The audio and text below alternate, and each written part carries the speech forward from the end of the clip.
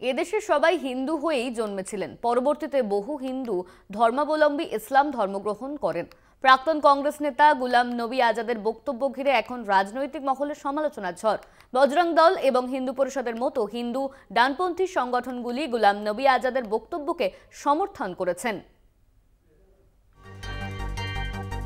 রাতারাতি ভিটেমাটি হারার গল্প বহুবার শুনিয়েছে রূপলী পর্দা, কিন্তু স্বজন হারা, শিকড় উপড়ে দেশ ছাড়া করার যন্ত্রণা আছড়ে পড়েছিল দ্য কাশ্মীর ফাইলসের প্রতিটি ফ্রেমে, যেখানে প্রতিফলিত হয়েছিল 1990-এ কাশ্মীরি হিন্দু পণ্ডিতদের উপত্যকা ছাড়া করার গল্প। জানিয়ে চলচ্চিত্র মহল থেকে শুরু করে রাজনৈতিক মহলেও কম চর্চা হয়নি। এবার সেই কাশ্মীর ফাইলসেরই আরও একটি বড় অধ্যায় খুলে দিলেন জম্মু কাশ্মীরের প্রাক্তন মুখ্যমন্ত্রী গুলাম নবী আজাদ। সম্প্রতি তাঁর একটি ভিডিও ভাইরাল হয়েছে।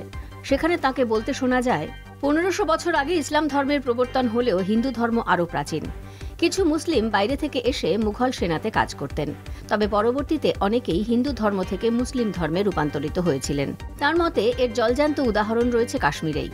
600 বছর আগে কাশ্মীরে মুসলমান কারা ছিল? সবাই কাশ্মীরি পণ্ডিত ছিলেন, পরে তাঁরা ইসলামে ধর্মান্তরিত হয়েছিলেন।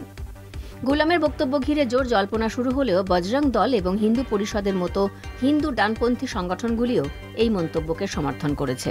বজরং দলের জাতীয় আহ্বায়ক নীরজ দোনেরিয়া বলেন, গুলাম নবী আজাদের বিবৃতি যথেষ্ট যুক্তিযুক্ত, কারণ দেশের মুসলমান এবং খ্রিস্টানরা হিন্দু ধর্ম থেকে ধর্মান্তরিত হয়েছে।